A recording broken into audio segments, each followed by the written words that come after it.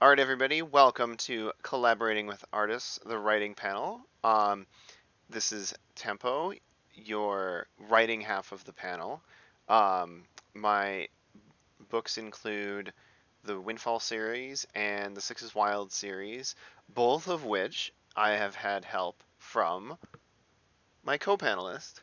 Hello, everybody. My name is Slate. I've been around forever. My work has appeared in uh, Dragon's Horde and Heat, and a book by Naomi Novik, bizarrely. And yeah, Tempo and I have been kicking around we just did the math, and it's been a freaking decade. Right? And so, like, and then because you're in Naomi Novik's book, you're an Ascended It's fanboy, true, yes. Didn't mean to technically. do it, but Um, yes. so um, anyway, what we're going to talk about today is what the artist writer collaboration looks like from either side, which is why we brought in one of each. So we're going to be talking about like what our process looks like, what are some pitfalls and best practices, things like that. So um, let's get started. So like our usual like process looks something like, uh, you know, we sit down with an idea. Like I'll have like a vague notion, or you'll have like a notion about something, Right, and oh, that's a cool right, idea, yeah. and then we won't have a clue what it connects to Yeah, like, for a yeah, one of while. us will have a very clear nugget, like a very clear vision of one extremely narrow part of the collaboration, like what the end product will be, and we will badger the other until they take it seriously. Right? Like today, I said you needed to draw the destination of Smaug, And I, where he's on vacation right, and he's at and the I gave you airport. a verbal pat on the head and a there boy, because Yeah. really it would take a few more weeks of reiteration for me to believe that you were serious about that, because we've done some nonsense over the years.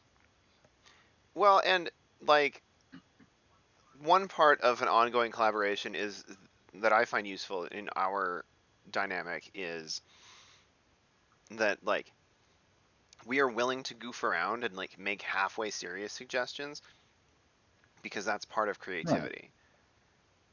If you're You if you're know, not like comfortable enough to you can't play be with like your partner, completely dead you're probably not serious. gonna have a very fruitful partnership. Now, of course, Yeah, right? that's kind of making an assumption, though, isn't it? That's assuming that our audience has or even wants a permanent or at least long-term creative partner. You know, Well, no, I mean technically like when I see what you're saying, but technically as long as you're like not hiring them and they're charging you by the hour, if even if you only intermittently work with someone, you can brainstorm with them. right. Like, but yeah, like I take your point. And like, so keep in mind that like you want to be able to be creative with the person when you're working with them. Now, side note, if they are a hireling, if they are a mercenary and you are paying them to do a commission, for God's sake, use their time wisely because you are taking away from the time that they could be working on your art. Right. Now, So let's talk about some pitfalls and things okay. there. Um, well, this one goes both ways. Is that when a visual thinker is proposing, As all furry things ha do. ha, ha ha. But seriously, when a visual thinker is proposing art stuff, or writing stuff rather, or a you know writer is proposing visual stuff, the brain does this funny thing where it just kind of assumes the audience is psychic. Mm. You know, it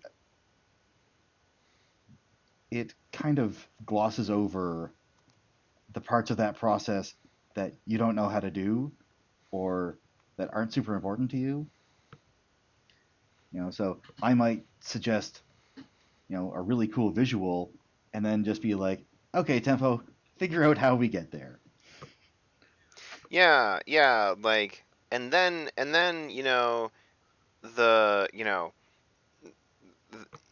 the, the ferret is tightrope walking between two hot air balloons. Oh, okay.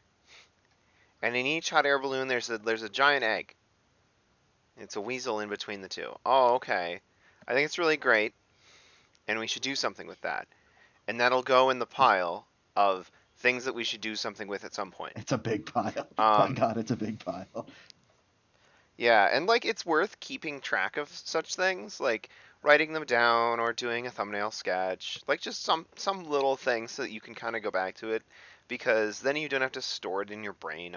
I'm a big believer in just taking like even quick little notes so you don't have to like rack your brain trying to figure out what that thing was you thought of 3 years Right. ago that fits Yeah, the perfectly. brain is a really terrible storage medium. Do not rely on it.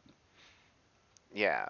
So let's do a quick segue into if you are hiring an artist to collaborate with you and it's a commission. In that case, for the love of God, show up with your ducks in a row as a writer. Show up with like at the very least like a description of the characters and where they are and what they're doing. Like even if you haven't written the scene yet, like please just start giving any kind of visual data that you can generate because that's going to be something for them to springboard off Yeah, of that rather than just and if winging it. you don't need to be a great artist for this, but if you can produce even a cocktail napkin sketch, like a doodle, a stick figure drawing of the extremely clear vision you had in your head of how this is all supposed to go, that would be tremendously helpful to the artist. So I've had to do that sometimes, and uh, mine will make you feel better, dear viewer, because mine look like they are drawn by an elementary schooler. And so Hang on. if you want to copy paste that one into the picture for a second, because I was like, oh, I Well, have an idea for a cover for this book, and you're like, oh, you should draw it so I know what you're talking about, and I'm like, yeah, and then I did, and you're like, oh, that is drawing, isn't it? it's And beautiful. so It's like glorious. it, yes, you cannot be worse than I But am. now I know what Tempo is talking about when he starts talking about Yeah, poses and stuff. right? So like if you haven't figured it out, we're currently working on a Foxy Made Marian story. Um, but now, like, uh, but like, that is very valuable. And like, yeah, it's kind of embarrassing as a writer to like draw some stick figures and be like, yeah, this is what's going No, on, well, and this person's over here, and yeah, but whatever. the artist isn't But it's, looking like you don't need to impress the artist. That's why you have acquired an artist. You're just trying to communicate. yeah. And so frankly, like that you saves you and the artist time and frustration, so they'll want to work with you again. And it also means that your end product will be better because they didn't have to spend all this time showing you many iterations of poses with you saying, "No, not that. I know what I want and I can't articulate it, but it's not that." Right. Now on Because that's really frustrating. now on the subject of iterations, artists iterate. The first time your author sees the product should not be when it's finished. Absolutely not. You know, Yeah. show them the sketch, show them the rough sketch, show them the like. Here's a couple blobs in the shape of torsos. Yeah, like all we like as a writer, like I can give you more data if you show me stuff than if you just bust it out at the end. And you're like, here you go, enjoy. So like for one, okay, so like for example, I've had people not know that the characters in my setting are all like human scale with each other, like even though regardless of species, and so they've drawn them Zootopia scale, where there's the size of their respective You animals, know, a uniquely simply furry because they problem, didn't. but one you need to. Right? Yeah, yeah, exactly. And like that's just something that someone like you get in the habit of doing it one way or the other usually, and so your artist, as an artist, you may simply be like, oh, obviously they want this. Obviously the mouse character is this big relative to the elephant Yeah, so like character. the sooner Well, you can show your author what you have in mind, the sooner he can tell you you're wrong, and the less annoyed you'll be at having to fix it. yeah, and like the more salvageable you can make it, because then you can just lasso that character and shrink them. Right, because it's just a sketch anyway, and it doesn't If it, matter if it's grainy. yeah, like, but if you wait until the end, then there's no fixing it. Like, it just is. And that means that, you know, like, obviously the writer should still pay you, but you probably won't have them be a repeat customer, you know. And so, like, um, that's a valid one. In a perfect world, I would always be able to have my artists read the scene they are drawing. Like that doesn't always happen, but when it does, it's great. Like if you can make that available to an artist, Right, cool. and sometimes this Like brings to I've light, even hey, the sequence of events you're describing don't actually make sense in a physical space. or oh if this person does this, they'd also do this, they'd see this thing or have this visual detail. And that's we'll get to that later during the collaborative process, but like just for commission stuff, be aware that um like if you have character or like if you even if you have to like sit on a stream, I'll put it this way, even if you have to sit on a stream call with the artist and read aloud the chapter because they won't read it while they're drawing, like they can't, because they can't read and draw. Even if you have to do that, do it. Like the artist by allowing you to do stuff like that is giving you the gift of more accurate like end results. Right, and artists, I've recently discovered the magic of text to speech. Like, you think it's going to be awkward, and it kind of is, but you'd be amazed how quickly your brain translates Microsoft David into a person. Yeah, writers too. I text to speech everything.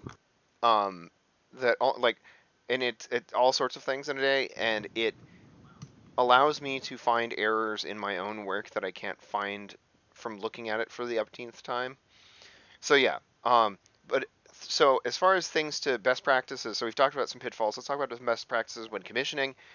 So show up with a character description. I want like when I am giving descriptions to someone, like the bare minimum I'll give them is like, species, height, weight, stuff like that. But I when I am in my like comfort zone, I'm basically giving them like all of the blanks that you fill in on a D&D character sheet. Like, what is the eye color of this character? What color's their fur?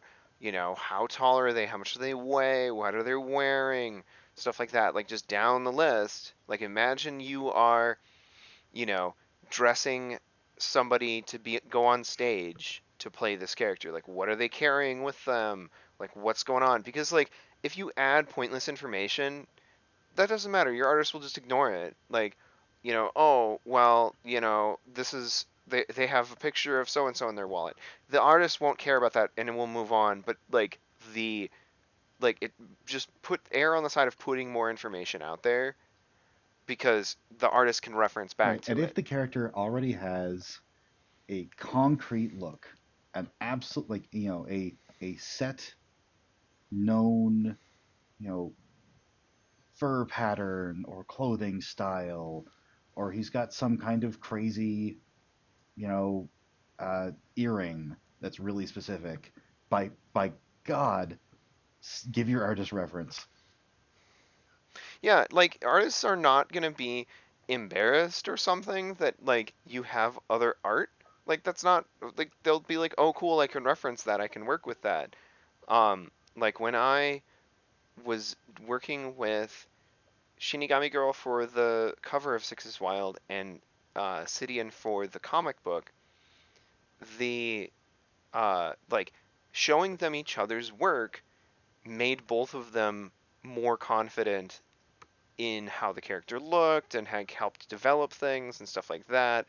And like it was definitely a plus. Like they weren't mad that I hadn't hired them for literally everything because you can no artist can do every project out there. Now, I'm not 100% sure on the reverse side of this process because I have never commissioned an author to do like a story based on my art. You know, but So I can kind of feel because that it one. turns out that authors can be bribed, and if you give them art, sometimes they'll write the story about it. Oh, well, yeah, okay. So the most basic form of that is the blatant bribery that happens within our friendship, which is you draw a picture of a thing and then I feel that I should, write something for it so that we can use every part of Right. the It helps buffalo. if your author has a But mercenary like, streak. yeah, and no shame, like, but that the so what I typically recommend, like if I were to give advice on that side of it. So like talk to your author and collaborate with them about this picture, this vision you have, and work on it and kind of like get stuff going. And then like from the writer's side, like view it as this. I know this moment happens. I'm gonna write my way to that and write my way back from it, and like that's okay. Now the reason I say like work with your writer is so you don't give them a moment that they can't connect to anything very easily because that'll make them less likely to Right. do it. Now, obviously, if you're paying them, that's a different story. And I have some opinions about paying artists or paying authors to do commissions because I've had people try to commission me and I've had people successfully commission me. And like, um, what I would say is show up with the understanding that as a commissioner for writing as opposed to visual art, you are going to have a different experience because no matter how well you explain the characters to me as the commissioned writer, I will not be able to know them the way you do and get in their heads like you do.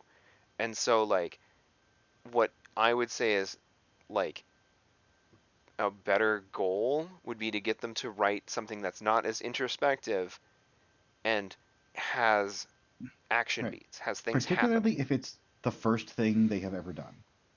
Like, if this is the first time your author has ever touched the character, you can't expect them to be, you know, deep into the characters' minds. Yeah. Like, and granted, if there's a big backstory or like canon of it, like that's great. But they're not, no writer is going to like watch all of uh, Paw Patrol so they can get accurately represent Chase's mindset in a particular scenario that you have come up with where the Paw Patrol's in space. Like whatever your thing is. Like if it's an existing property or like it's oh yeah, I need you to write this thing based on these comics I've written and there are a ton of them. Like, there's 10 years of these graphic novels I've been doing. Like if Rukas came to me, let's say, and has all these graphic novels, for Red Lantern, I would be like, whoa, I have to slow down and go back and read all this stuff. I can't just reference it visually like an artist would. I have to like slow down, go back, take notes. The process is very different for the commission person, and thus it's different for the commissioner. Right. And artists, if you are bribing your author, keep a light touch at first. Bribe them with a sketch because then if it turns out that they've got a 6 month backlog, you're not going to feel disappointed, and Yeah. it will afford you greater freedom to adjust to fit the needs of what the story winds up being. Yeah, and plus, like, don't feel bad about posting stuff from your collaboration without the other person having an obvious input in it. That's okay. Like, every time I've collaborated with anybody, um, like, there has been some asymmetry in the work we've done. Like when I'm working at Culturally Eft and I'm making the script for the YouTube video and then RK reads it, obviously, like, it's going to look like he did all the work Right. because he's reading it into the camera. And so, like, that's okay. Like, feel free to post story snippets without the visual, like, without the artist if you have to. Like, if you just have so many of them. And vice versa. Like, if you have all these sketches that vastly outnumber the chapters you're going to post, just post them. It's fine. Just say what they are. Just say, oh, this is from this thing. Like, no one is going to be I feel mad at personally you. attacked. Yeah. Well, okay, so context. Slate sketches a lot, and I'm forever saying, like, oh, dude, you should put that on FA. And I know I should put it on Like, FA. and I should just have a macro that plays a recording of that whenever you send me an image. Like, it'll check if it's a sketch, and then it'll just say that. Um, but anyway, so moving on from from commissions. Do we have anything else for commissions? Uh, Nothing right now. Um, one of the closing note I would have for authors and writers is if you are broke and unable to commission someone, propose trading art for story because often people don't have both skill sets and will find that to be a delightful treat. Um, I've done that many times. So anyway, so moving on to like you know long-term or intermittent like collaboration with artists. So like once you have like your idea kind of figured out, you're going to um, like start developing what the characters look like, what they act like, what kind of like vibe they give off, what kind of like symbolism might be associated with them, stuff like that. And then you're going to want to like, plot out stories and stuff. Now, as far as what moments to illustrate, I, as a writer, have found that it is usually worthwhile to, like, say to the illustrator, hey, do you have any favorites first? Like, as a preliminary Right. step. And that, Like, once I've written the story and I show it to them, yeah.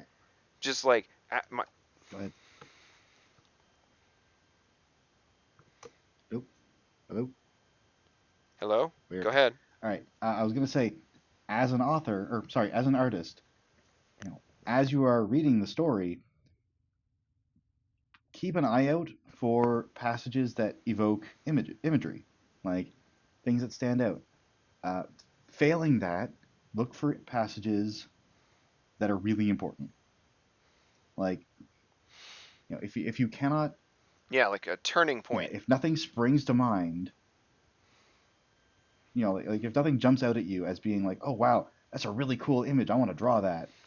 The next best thing is identifying like the biggest emotional pivot point of the passage and making an illustration about that.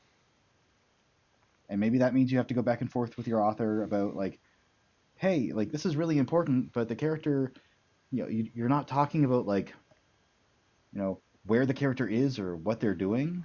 as it's writing, like it's all kind of internal. Like I'd like to draw it, but I don't know what the scene looks like. Yeah.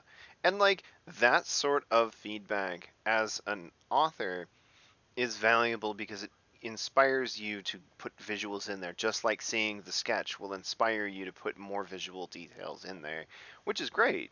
Like that's a really cool thing and adds to the not only the connection to your illustration, but the visual depth of the scene so that the characters aren't just floating in space. Right? Um, Because but anyway, so you I in like to particular go are ahead. like you really like dialogue, and that you know that kind of tends to lead to situations where there are you know lines of dialogue going back and forth without really and describing any business that the characters are doing sometimes. Like, they're not, you're not mentioning where they are, like kind of like how they're interacting with their environment or, what they're doing with their body kind of thing. In the first Right. draft. Yeah. And so like my process is that I tend to write dialogue first and then go back and add details as a second pass. And so like when I show this to other authors, they're like, "Oh, that's some snappy dialogue. I like this." And when I show this to artists, they're like, "I don't understand what's going on. How dare. These characters are just brains in jars." And so like telepathically communicating with each other. And so like you may want to finish more of the story than you would necessarily do if you were just showing a fellow writer.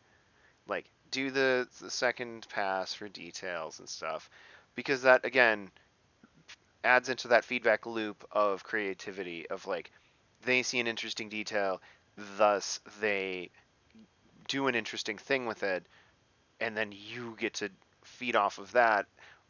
With Six is Wild, there was uh, a moment. Okay, so in the first book, it's a western. The main gunslinger character like loses one of her two revolvers and has a different one in the next book. And this was something that the illustrator asked me right away for this when she was doing the cover for the second book. When she came back, Shinigami Girl and I talked about what does this replacement one look like? Do I want to draw it any differently? And she had some cool ideas, and we went with that, and that inspired a whole big thing in like a running theme in that early part of the book. And like that's neat. And that's what you want in a collaboration because it's not just, one plus one is two. Like, art plus story is art with story. It's, you know, this is a better picture than it would have been if it had been created independently, and this is a better story than it would have been if it had been created Right. You're always independently. looking for ways to plus one another's work. Yeah. So, um, another thing, like going back to the being willing to be playful side, so you'll notice that this current illustration is not very traditionally Middle Ages. Um, one thing that we use as like a fun exercise is recontextualizing the characters so that we can think about what they are doing and how they are dressed and what kind of emotions we want to evoke when we see them and things like that. Like how do we translate them? And so like this is a, you know, fantasy story set in the Middle Ages.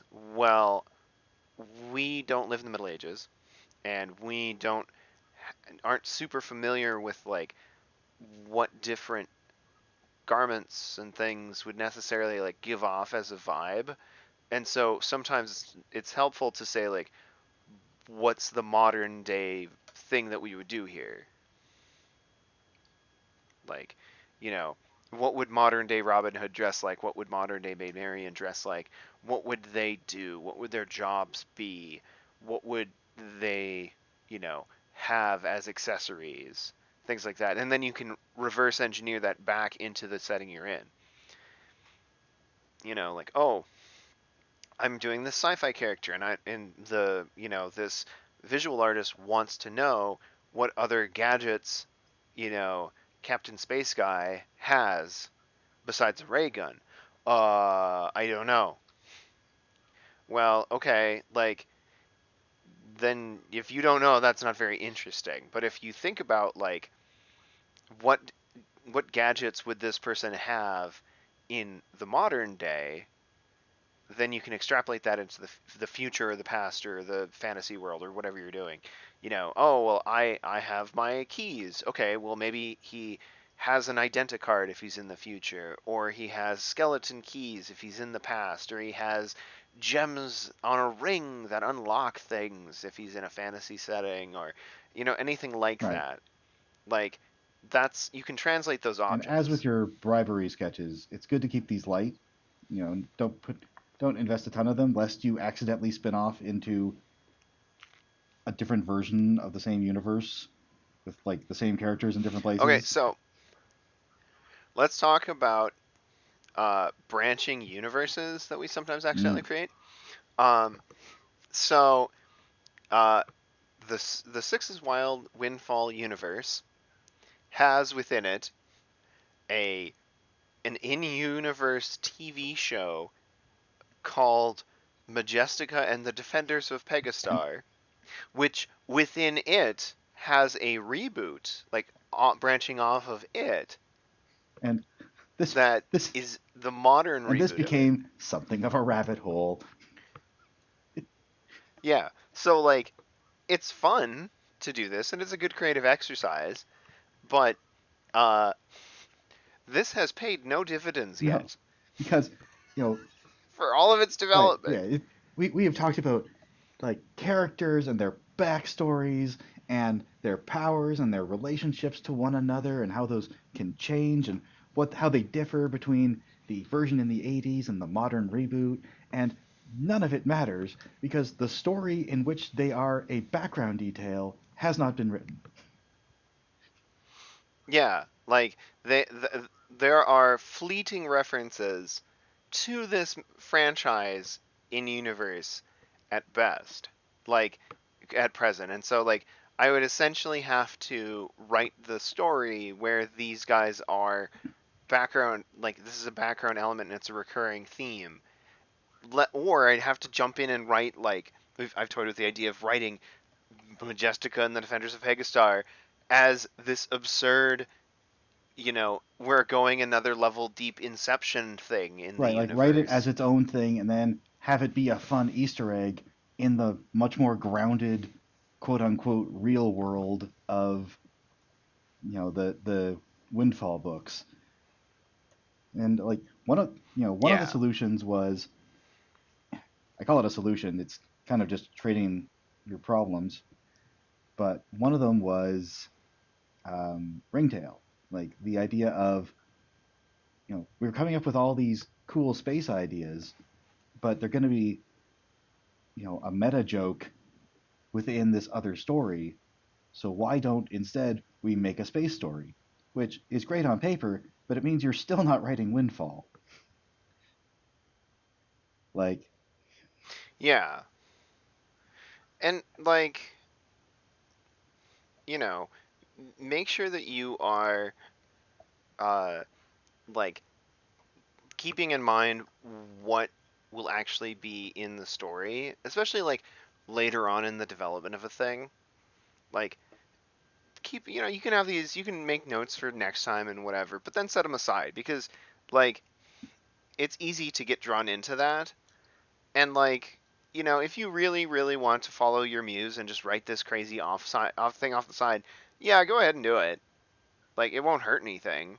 But if just be respectful of the artist's time too, so that and conversely the writer, where like you aren't having the artist draw a ton of stuff for a series you have now right, yeah, abandoned. like, yeah, Please. and artists, be aware of where the author was the last time you talked about this, because it's very easy to, in your Yeah. head, like, oh, you know, I should draw, like, I should draw this character as, a 1940s tank operator, and then oh, this other character can be, the radio guy, and then suddenly, you're coming to your author friend with a fucking binder of alternate universe designs of their characters, and it doesn't make any goddamn sense to them because they weren't present for the chain of logic Right. that developed them. A much more mundane version of this, like a smaller and more common version of it, is that we will like make a vague suggestion for something, and the other one will go, "Yeah, that's cool," And and then we then will, and then we will leave. go, excellent. I have approval. I will run with this idea now. Yeah, and then you run with it, or at least like brainstorm it on your own, and then come back, and then like the other person hasn't like accepted this, like whatever you're doing for collaboration, it's good to have I think a little bit of either designating someone who is the gatekeeper of what is and isn't canon within a setting for a collaboration, or being very very communicative about what you are both working on and contributing to the body of Yeah, work. I would say So like when I've communication is collaborated, probably the preferable one, but yes, right. absolutely, communication is vital. Well, yeah, you want to communicate in either case, but like um specifically like the example I had in my head is um when I've written stories with Kieran White, who's the funky one on FA, and I will write a story to go with his art, and he will say he is ultimately the arbiter of what is and isn't canon and in character for these various furry characters, because then he has the final say, and so like if we disagree on a point, he gets to have the final word on whether or not it counts, or if it needs to be rewritten or something. And like having that speeds things up so that you don't get deadlocked. Like you can't just say you won't just sit there grumbling at each other because one person wants one thing and one person Right, wants because it can be another. very frustrating Um, to, like, enter a Skype call, or God, Skype, I don't know, Telegram call, or whatever you're using, whatever today's working voice software is.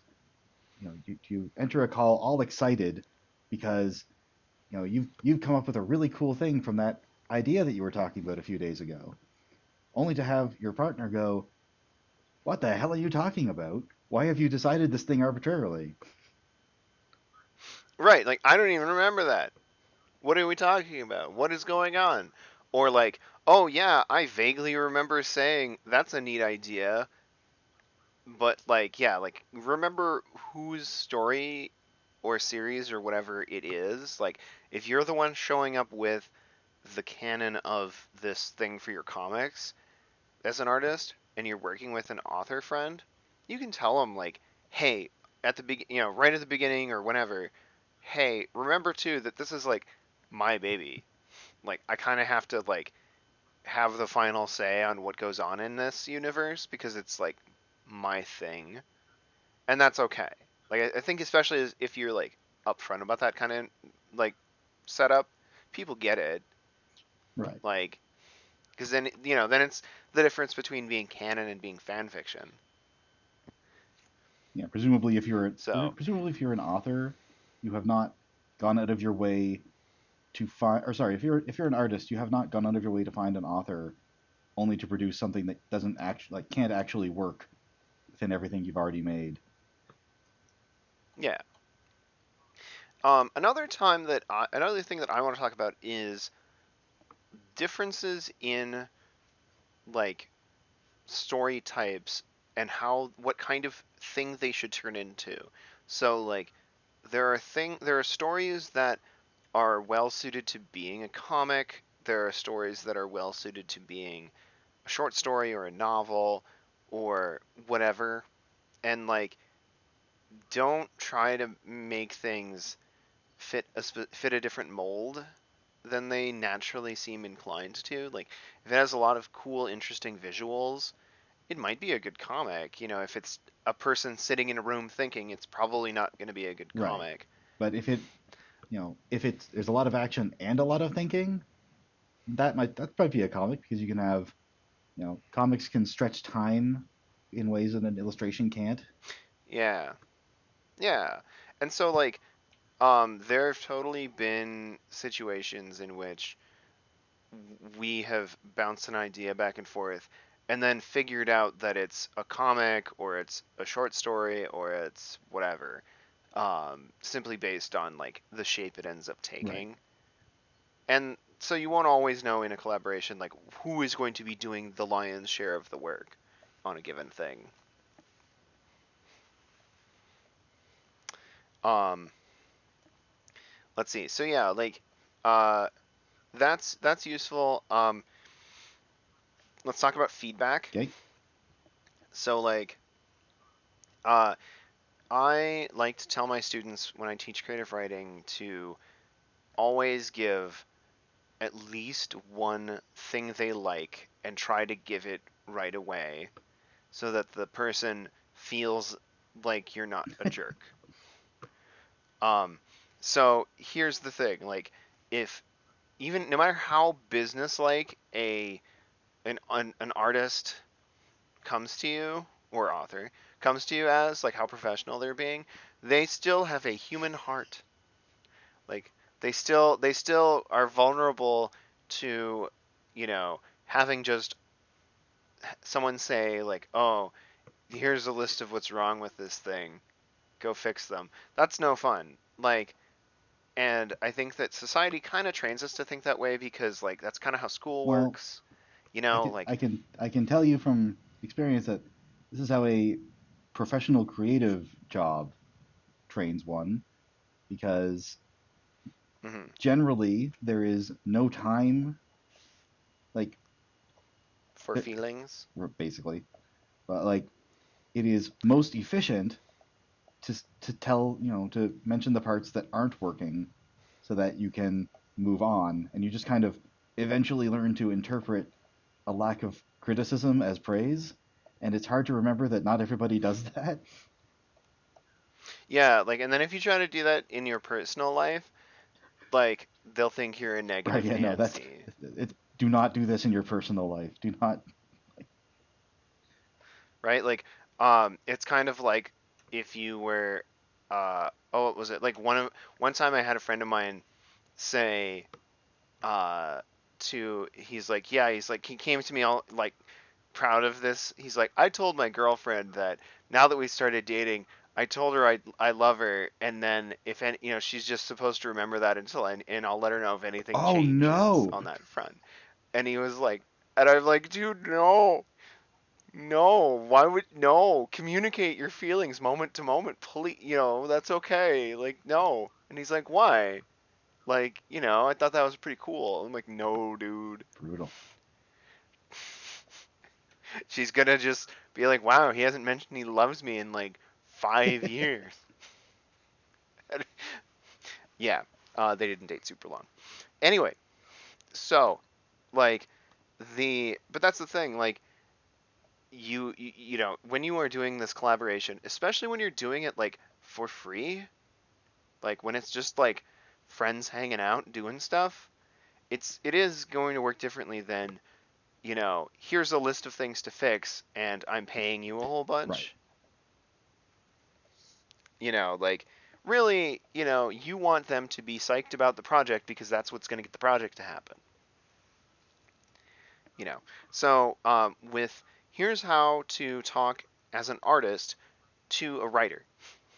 Uh, as an artist, say things like, you know, uh, I want more, like I feel like this specific section could use more visual details or something, or like could use like more character actions or something. Like come in and say like this place could use this thing, because if you just say something kind of general, like it feels unfinished.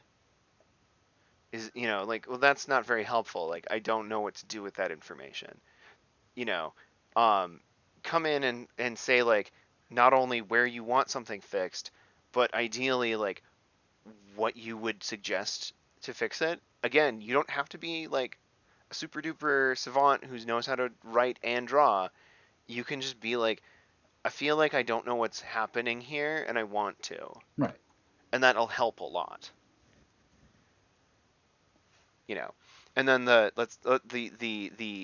reversal of that, of course, would be how writers should talk to artists. Right. Like, iteration will help because there's nothing worse than, submitting a drawing and having it come back with, you know, you idiot, the characters are, you know, the wrong size, or you've drawn them the wrong color, or you, know, you fool, she hates bananas.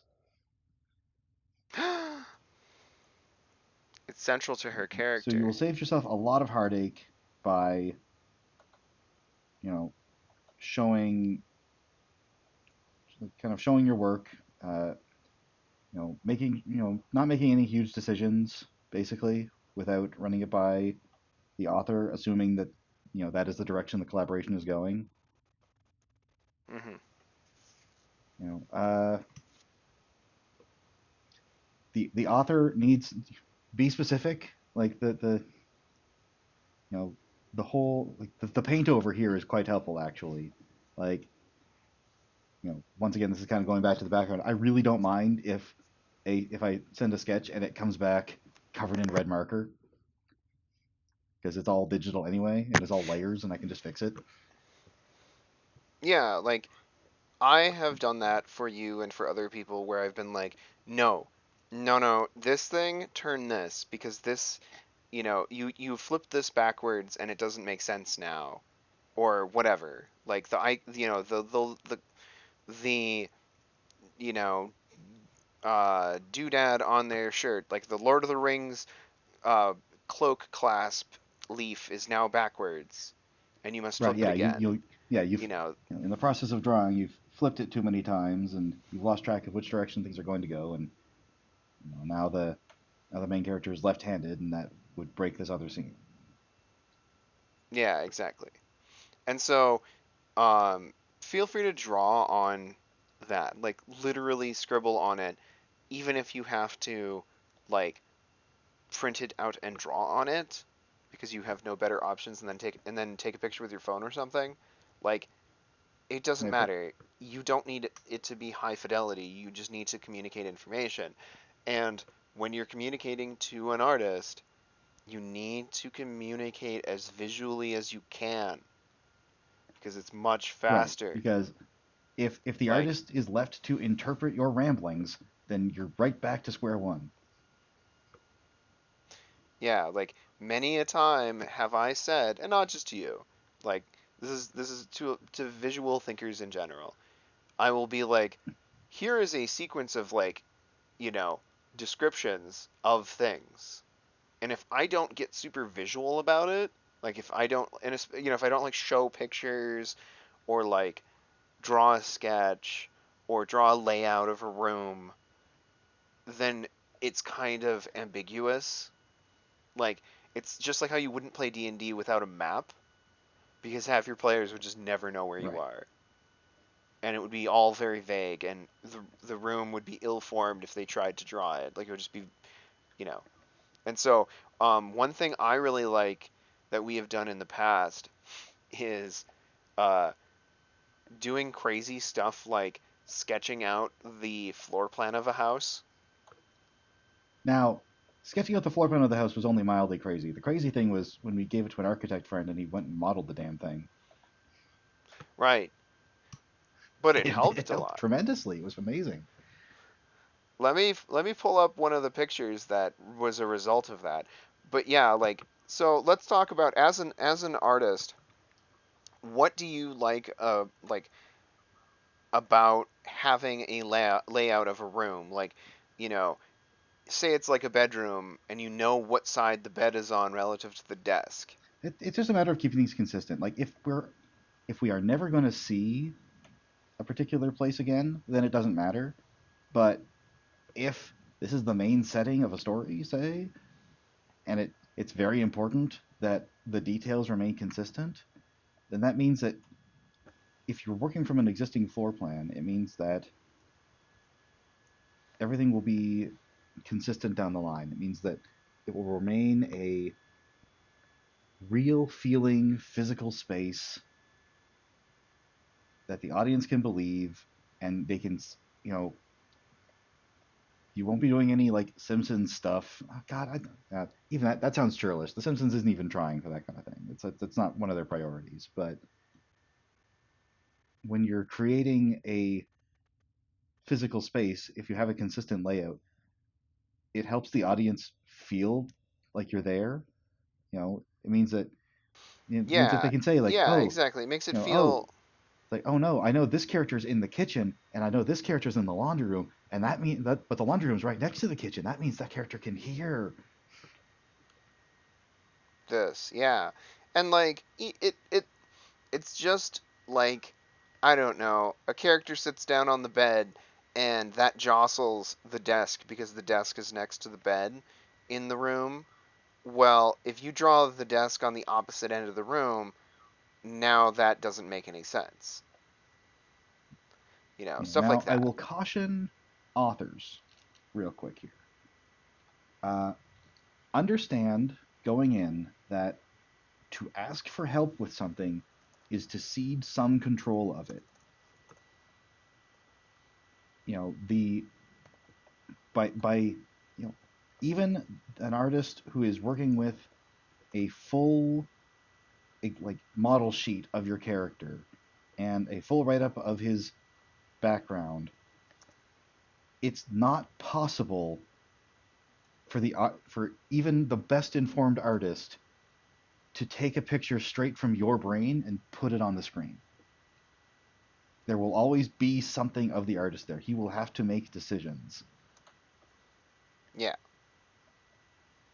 You if if you come back with no, that's not how I pictured it in my head, he won't care because Well, like, and it's kind of too late, and it doesn't matter because like you're yeah, done, and like they had to make these choices anyway. Um, so except that you are not, neither direction are you basically like, a genie's using a genie's magic lamp and just getting what you want. right. And so like here, so Um, go, hang on. So no, I was gonna switch back to the previous yeah, topic. Go ahead. this, knowing what a location's you know layout is means you can do elaborate exterior illustrations, and then you can point out like, oh, that's the main character's bedroom, and that's his girlfriend's bedroom, and that's where the living room is. So that's where that scene takes place. Right. Like, I'm sure that a reasonable outsider would look at some of the work we have done to make these settings and think we are crazy. Like, for example, like I mashed multiple blueprints together to make a blueprint of the house from Windfall because it's this big, sprawling, somewhat dilapidated Right. manor that the It was a story's pretty set big in. house, and then somebody made it a really big house, and that's Yeah, in universe. and That is what happened. So that there's way too many swimming pools.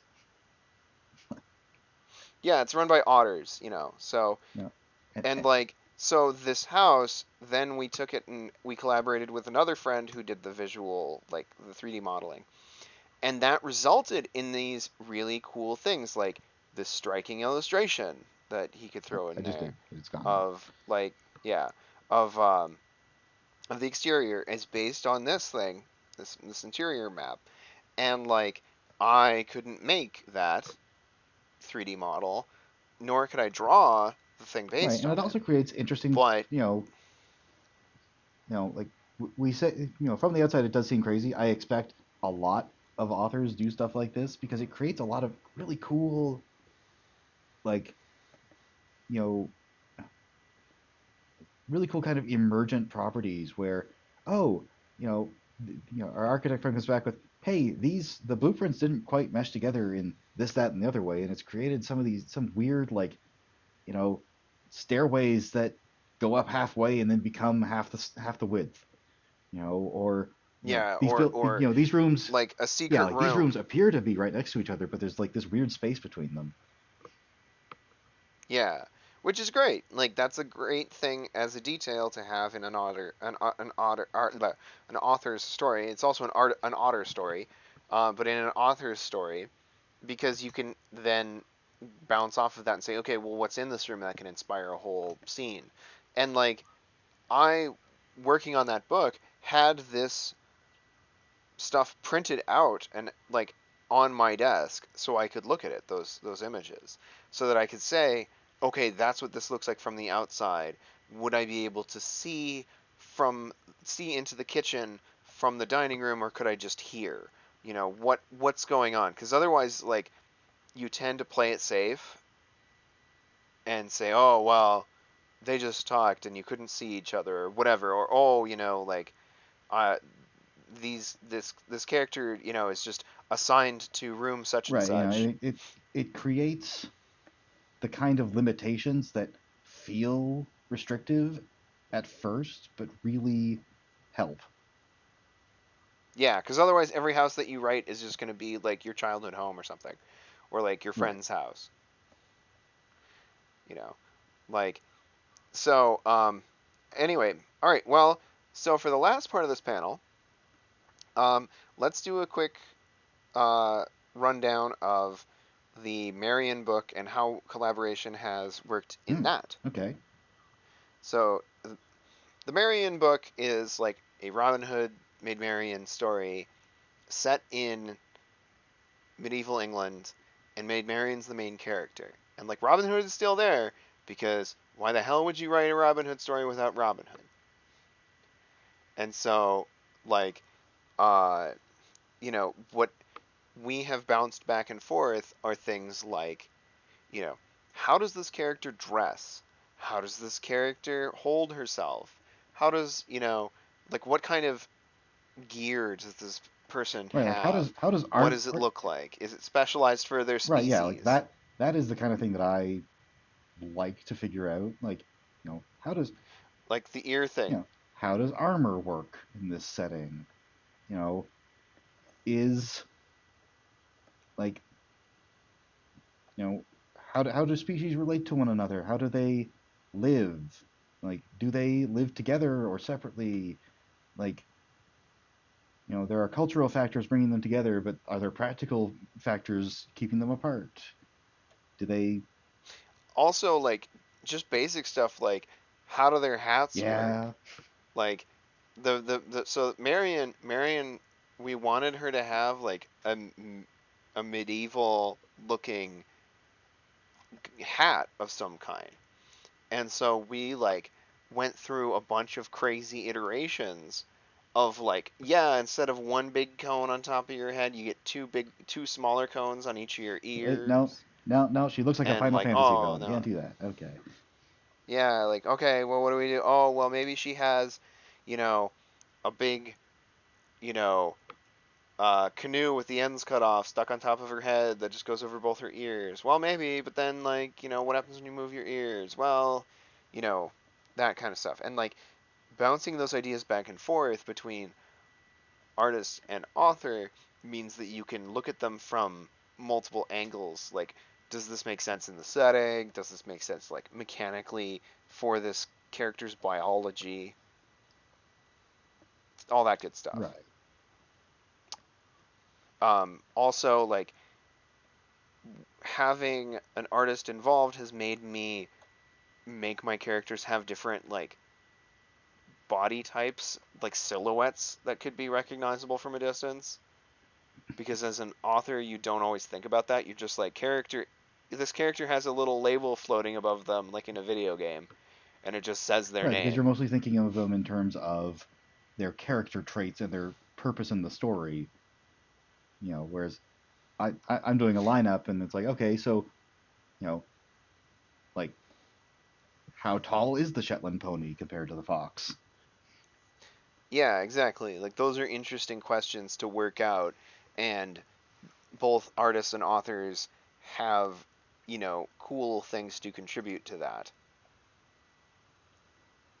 So, yeah, it's just that sort of collaboration where you can, build upon one another's skills, and that's what really has made it fruitful for us in the long term, and why we work on art instead of like playing on a Minecraft server or something. Which would be simpler.